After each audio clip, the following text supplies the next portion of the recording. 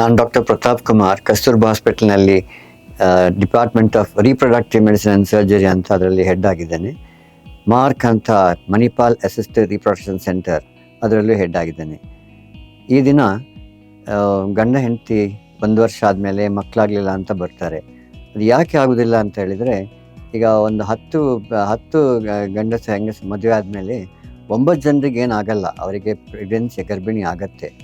10% ಅವರಿಗೆ ಆಗಲ್ಲ. ಆದ ಕಾರಣ ನಾವೆಲ್ಲ ಏನು ಕಾರಣ ಅಂತ ನೋಡ್ತೇವೆ. ಈಗ ಗಂಡಸರಲ್ಲಿ ಹೆಂಗಸರಲ್ಲಿ ಏನು ಕಾರಣ ಅಂತ ನೋಡುವಾಗ 40% ಗಂಡಸರಲ್ಲಿ ಪ್ರಾಬ್ಲಮ್ ಇರುತ್ತೆ, 40% ಹೆಂಗಸರಲ್ಲಿ ಪ್ರಾಬ್ಲಮ್ ಇರುತ್ತೆ, 20% ಇಬ್ಬರಲ್ಲೂ ಪ್ರಾಬ್ಲಮ್ ಬರುತ್ತೆ. ಆದ ಕಾರಣ ನಮ್ಮ ಮಾರ್ಕ್ ಅಂತ Manipal assisted reproduction centre Kasturba ಹಾಸ್ಪಿಟಲ್ನಲ್ಲಿ ನಾವು ಏನು ಕಾರಣ ಅಂತ ನೋಡಿಕೊಂಡು ಎಲ್ಲ ಟೆಸ್ಟ್ ಎಲ್ಲ ಮಾಡ್ಕೊಂಡು ಹೇಳ್ತೇವೆ ನಾವು.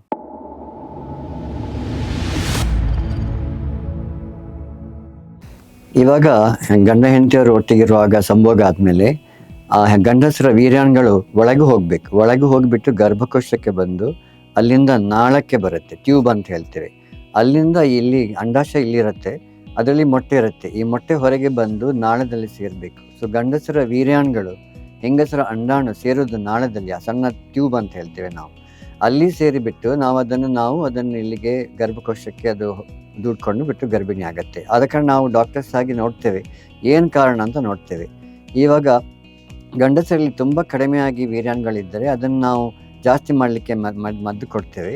ಅದು ಜಾಸ್ತಿ ಆಗದಿದ್ದರೆ ನಮಗೆ ಬೇರೆಲ್ಲ ಟೆಕ್ನಿಕ್ ಇದೆ. ಯಾಕೆಂದರೆ ಈಗ ಹೆಂಗಸರಲ್ಲಿ ಒಳಗೆ ಗರ್ಭಕೋಶದ ಒಳಗೆ ಅದು ಗರ್ಭಿಣಿ ಆಗದಿದ್ದರೆ ನಾವೇನು ಮಾಡ್ತೇವೆ, ಈ ಮೊಟ್ಟೆಗಳನ್ನು ಹೊರಗೆ ತೆಗೆದು ವೀರ್ಯಾಣುಗಳಿಗೆ ಸೇರಿಸಿ ಪ್ರಣಾಳ ಶಿಶು ಅಂತ ಮಾಡಿಬಿಟ್ಟು ಅದನ್ನು ಗರ್ಭಿಣಿಯಲ್ಲಿ ನಾವು ಗರ್ಭಿಣಿ ಮಾಡಿಕೊಂಡು ಮುಂದುವರಿಸ್ತೇವೆ. ಇವಾಗ ಕೆಲವರಿಗೆ ಏನಾಗುತ್ತೆ ಅಂದರೆ, ಈ ಮೊಟ್ಟೆಗಳಲ್ಲಿ ಅದರಲ್ಲಿ ಸೇರಲ್ಲ. ಯಾಕೆಂದರೆ ಅಲ್ಲಿ ಈ ಥರ ಅಲ್ಲಿ ಕಪ್ ಕಾಣುತ್ತೇವೆ, ಅದು ಬ್ಲಡ್ ಕ್ಲಾಟ್ ಅಂತ ಹೇಳ್ತೇವೆ. ಕೆಲವರಿಗೆ ಮೆನ್ಸಸ್ ಬರುವಾಗ ಮೆನ್ಸಸ್ ಒಳಗೆ ಹೋಗುತ್ತೆ, ಒಳಗೆ ಹೋಗಿಬಿಟ್ಟು ಅಲ್ಲಿ ಕೂತ್ಕೊಳ್ಳುತ್ತೆ ಅದು.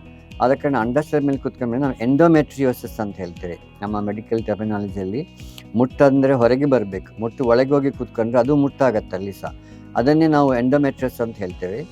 ಆವಾಗ ಇದ್ದರೆ ಅದೆಲ್ಲ ಇಲ್ಲಿ ನಾಳ ಅಂಡಾನೆಲ್ಲ ಒಟ್ರಾಶಿ ಒಂಥರ ಗಜಿಬಿಜಿಯಾಗಿರುತ್ತೆ ಒಳಗೆ.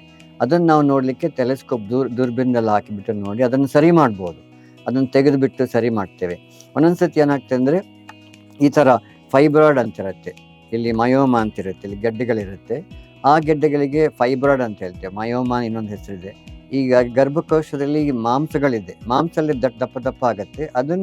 ಅದು ಸಹ ಗರ್ಭಕೋಶ ಎಲ್ಲ ಒಂದು ಏರುಪೇರೆಲ್ಲ ಮಾಡಿಬಿಡುತ್ತೆ. ಅದಕ್ಕೆ ನಾವು ಅದನ್ನು ಸ್ಕ್ಯಾನ್ ಮೂಲಕ ನೋಡಿಬಿಟ್ಟು ನಮಗೆ ದುರ್ಬೀನಲ್ಲಿ ನಾವು ತೆಗಿಬಹುದು. ಈ ಕಾರಣಗಳೆಲ್ಲ ಎಂಡೋಮೆಟ್ರಿಯೋಸಿಸ್, ಫೈಬ್ರಾಯ್ಡ್ ಅಂತ ಹೇಳ್ತೇವೆ. ಅದೆಲ್ಲ ತೆಗೆಯುವಂಥ ಕಂಡೀಷನ್ ನಮ್ಮ ಟೆಲಿಸ್ಕೋಪಲ್ಲಿ ಹಾಕಿಬಿಟ್ಟು ದುರ್ಬೀನ್ ಅಂತ ಹೇಳ್ತೇವೆ, ಲ್ಯಾಪ್ರೋಸ್ಕೋಪಿ ಅಂತ. ಅದನ್ನು ನಾವು ತೆಗೆದುಬಿಟ್ಟು ಆಮೇಲೆ ಗರ್ಭಿಣಿ ಆಗಲಿಕ್ಕೆ ಒಳ್ಳೆ ಚಾನ್ಸ್ ಇದೆ. ಇದೆಲ್ಲ ನೋಡುವಾಗ ನಮಗೆ ಸ್ಕ್ಯಾನ್ನಲ್ಲಿ ಖಂಡಿತವಾಗಿ ಗೊತ್ತಾಗತ್ತೆ. ಈ ಥರ ಇದ್ದರೆ ಕೆಲವರಿಗೆ ಮುಟ್ಟಲ್ಲಿ ಜಾಸ್ತಿ ನೋವಿರುತ್ತೆ, ಮುಂದೆ 2-3-4 ದಿವಸ ಅಂತ ತುಂಬ ನೋವು ಬರುತ್ತೆ. ಈ ನೋವು ಬಂದವರಿಗೆ ನಾವು ಯಾವಾಗಲೂ ಹೇಳೋದು ಏನೋ ಇರ್ಬೋದು ಒಳಗಿಂದ, ಈ ಥರ ಕಾರಣಗಳಿದೆ ಅಂತ ನಮ್ಗೆ ಗೊತ್ತಾಗುತ್ತೆ. ಅದನ್ನು ನಾವು ನೋಡಿಬಿಟ್ಟು ತೆಗಿಲಿಕ್ಕೆ ನಾವು ವ್ಯವಸ್ಥೆ ಮಾಡ್ತೇವೆ. ಇದೆಲ್ಲ ತೆಗೆದ ಮೇಲೆ ಇನ್ನೂ ಗರ್ಭಿಣಿ ಆಗದಿದ್ದರೆ ನಾವೇನು ಮಾಡ್ತೇವೆ, ಅದನ್ನು ನಾವು ವೀರ್ಯಾಣುಗಳನ್ನು ಅಂಡಾಣುಗಳನ್ನು ಹೊರಗೆ ಸೇರಿಸ್ತೇವೆ. ಪ್ರಣಾಳ ಶಿಶು ಅಂತ ಹೇಳ್ತೇವೆ, IVF ಅಂತ ಹೇಳ್ತೇವೆ. ಅದಂದರೆ ಒಳಗೇನಾಗುತ್ತೆ ಅದನ್ನು ನಾವು ಹೊರಗೆ ಮಾಡ್ತೇವೆ. ಆದ ಕಾರಣ ನಾವು ಈ ಪ್ರಣಾಳ ಶಿಶು ಮಾಡಲಿಕ್ಕೆ ಅಡ್ವಾನ್ಸ್ ಟೆಕ್ನಾಲಜಿ ಇದೆ. ಗಂಡಸರಿಗೆ ಎಷ್ಟು ಕಡಿಮೆ ವೀರ್ಯಾಣುಗಳಿದ್ರೂ ಸಹ ನಾವು ಅದನ್ನು ಸೇರಿಸ್ಬೋದು.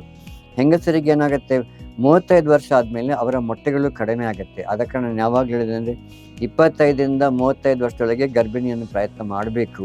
ಯಾಕೆಂದರೆ 35 ವರ್ಷ ಆದ ಕೂಡಲೇ ತುಂಬ ಮೊಟ್ಟೆಗಳು ಕಡಿಮೆ ಆಗುತ್ತೆ. ಆಮೇಲೆ ಇನ್ನೂ ಚಾನ್ಸ್ ಇದೆ, ಯಾಕೆಂದರೆ ನಾವು ಅದನ್ನು ಹೊರಗೆ ತೆಗೆದು ವೀರ್ಯಾಣುಗಳಿಗೆ ಸೇರಿಸಿಬಿಟ್ಟು ಭ್ರೂಣ ಮಾಡಿ ಒಳಗೆ ಹಾಕ್ಬೋದು. ಈಗ ಯಾರೋ ನನಗೆ ಕೇಳ್ಬೋದೆಂದರೆ, ಇದೆಲ್ಲ ಗ್ಯಾರಂಟಿಯಾ ಅಂತ. ಈಗ ನಮ್ಮ ಲೈಫಲ್ಲಿ ಗ್ಯಾರಂಟಿನೇ ಇಲ್ಲ. ಆದ ಕಾರಣ ನಾನು ಹೇಳೋದೆಂದರೆ, ಎಲ್ಲ ಪ್ರಯತ್ನ ಮಾಡ್ತೇವೆ. ಮೆಡಿಕಲ್ ಟೆಕ್ನಾಲಜಿಯಲ್ಲಿ ಏನೂ ಗ್ಯಾರಂಟಿನೇ ಇಲ್ಲ. ಆದ ಕಾರಣ ತುಂಬ ಜನರಿಗೆ ಗರ್ಭಿಣಿ ಆಗತ್ತೆ ಅಂತ ಹೇಳ್ತೇವೆ. ಈಗ ಎಷ್ಟು ಜನರಿಗೆ ಆಗತ್ತೆ ಕೇಳಿದರೆ, ಒಂದು 100 ಕೇಸ್ ಮಾಡಿದರೆ ನಾನು 40ರಿಂದ 60 ಜನರಿಗೆ ಗರ್ಭಿಣಿ ಆಗತ್ತೆ. ಆದ ಕಾರಣ 40-60% ಚಾನ್ಸ್ ಇದೆ ಅಂತ ಹೇಳ್ತೇನೆ. ಈಗ ಚಾನ್ಸ್ ಇಲ್ಲದವರಿಗೆ ಈ ಚಾನ್ಸ್ ಇದೆ ಅಂತ ಈ ಟೆಕ್ನಿಕಲ್ಲಿ ಯಾವಾಗಲೂ ಒಂದು ಸಾಧನೆಯಲ್ಲಿ ಮಾಡ್ಕೊಂಡು ನಮಗೆ ಹೇಳ್ಬೋದನ್ನು 40% 60% ಹೇಳ್ತೇವೆ. ಆದ ಕಾರಣ ಇಷ್ಟೆಲ್ಲ ಖರ್ಚು ಮಾಡಿ ಬರುವಾಗ ಗರ್ಭಿಣಿ ಆಗ್ತಿದೆ ಇಲ್ಲೋ ಅಂತ ಯಾವಾಗಲೂ ಹೇಳಲಿಕ್ಕೆ ನಮಗೂ ಡೌಟ್ ಇರುತ್ತೆ, ನಿಮಗೂ ಡೌಟ್ ಇರುತ್ತೆ. ಮಾತ್ರ ಖಂಡಿತವಾಗಿ ತುಂಬ ಜನರಿಗೆ ಇದರಲ್ಲಿ ಸಹಾಯ ಆಗಿದೆ. ಸೊ ಆದ ಕಾರಣ ಈ IVF ಟೆಕ್ನಾಲಜಿ ಅಂದರೆ ನಮಗೆ ಈ ರೀಸೆಂಟ್ ಟೆಕ್ನಾಲಜಿ ಸುಮಾರು ವರ್ಷದಿಂದ ಮಾಡ್ತಾ ಇದ್ದೇವೆ ನಾವು.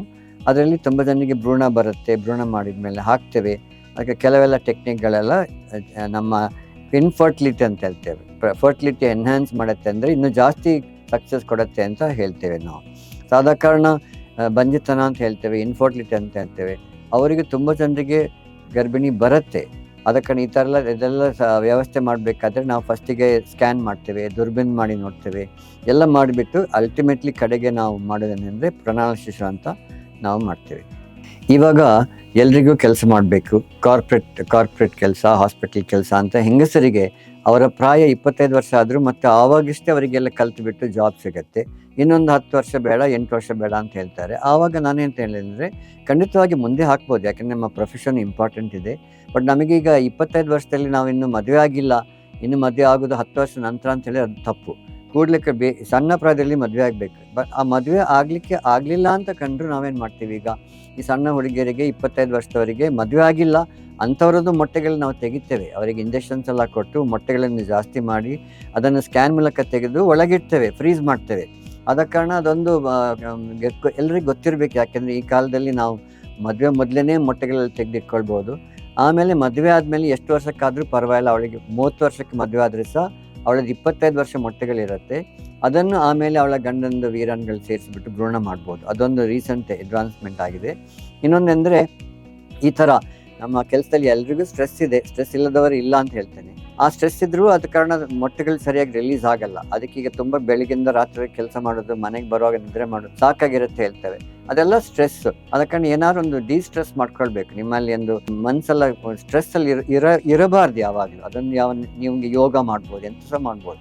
ಆದ ಕಾರಣ ಮತ್ತೊಂದೆಂದರೆ, ಈಗ ನಮ್ಮಲ್ಲಿ ಈಗ ನಾವು ಕ್ಯಾನ್ಸರ್ ಪೇಷಂಟ್ ಇದ್ದಾರೆ. ಕ್ಯಾನ್ಸರ್ ಪೇಷಂಟ್ ಅವರಿಗೆ ಸಣ್ಣ ಪ್ರಾಯದಲ್ಲಿ ಕ್ಯಾನ್ಸರ್ ಬರುತ್ತೆ. ಅಂಥವರಿಗೂ ನಾವೇನು ಮಾಡ್ತೇವೆ, ಮೊಟ್ಟೆಗಳಲ್ಲಿ ಹೊರಗೆ ತೆಗೆದು ಕ್ಯಾನ್ಸರ್ ಟ್ರೀಟ್ಮೆಂಟ್ ಎಲ್ಲ ಮಾಡಿ ಅವರು ಹುಷಾರಾಗಿರ್ತಾರೆ. ಆಮೇಲೆ ಅವರಿಗೆ ಪುನಃ ಪ್ರೆಗ್ನೆನ್ಸಿ ಟ್ರೈ ಮಾಡ್ಬೋದು. ಮುಂಚಿನ ಕಾಲದಲ್ಲಿ ಕ್ಯಾನ್ಸರ್ ಅಂದರೆ ಅದನ್ನು ಮಕ್ಕಳಾಗೋದಿಲ್ಲ ಅಂತ ಹೇಳ್ತಿತ್ತು. ಇವಾಗ ಆ ಥರ ಏನಿಲ್ಲ. ಈಗ ಕ್ಯಾನ್ಸರ್ ಮೊದಲೇ ನಮ್ಗೆ ಬಂದರೆ ನಾವೆಲ್ಲ ಕೀಮೊಥೆರಪಿ ಮದ್ದೆಲ್ಲ ಕೊಡೋ ಮೊದಲೇ ನಾವು ಮೊಟ್ಟೆಗಳನ್ನ ಹೊರಗೆ ತೆಗೆದು ಅವರಿಗೆ ಗಂಡ ಆಗಿದ್ದರೆ ಅವರದ್ದು ಗಂಡನ ವೀರ್ಯಾಣುಗಳು ಸೇರಿಸಿ ಭ್ರೂಣ ಮಾಡ್ತೇವೆ. ಆ ಭ್ರೂಣ ಸಹ ಸ್ಟೋರ್ ಮಾಡ್ಬೋದು. ಆದ ಕಾರಣ ನಮಗೆ ಇವಾಗ ಮೊಟ್ಟೆಗಳನ್ನು ಒಳಗಿಡ್ಬೋದು, ಸ್ಟೋರ್ ಮಾಡ್ಬೋದು, ಭ್ರೂಣನೂ ಇಡ್ಬೋದು. ಆದ ಕಾರಣ ನಮಗೆ ರೀಸೆಂಟ್ ಟೆಕ್ನಾಲಜಿಯಲ್ಲಿ ನಾವು ಏನು ಬೇಕಿರೋ ಇದನ್ನು ಭ್ರೂಣ ಯಾವಾಗ ಸಹ ಮಾಡ್ಬೋದು, ಯಾವಾಗ ಸಹ ಹಾಕ್ಬೋದು. ಅದೆಲ್ಲ ಒಳ್ಳೆ ನಾನು ಪ್ಲ್ಯಾನ್ ಮಾಡಿಕೊಂಡು ಮುಂದುವರಿಸ್ಬೋದು ಅಂತ ನಾನು ತಿಳಿಸ್ತಾ ಇದ್ದೇನೆ.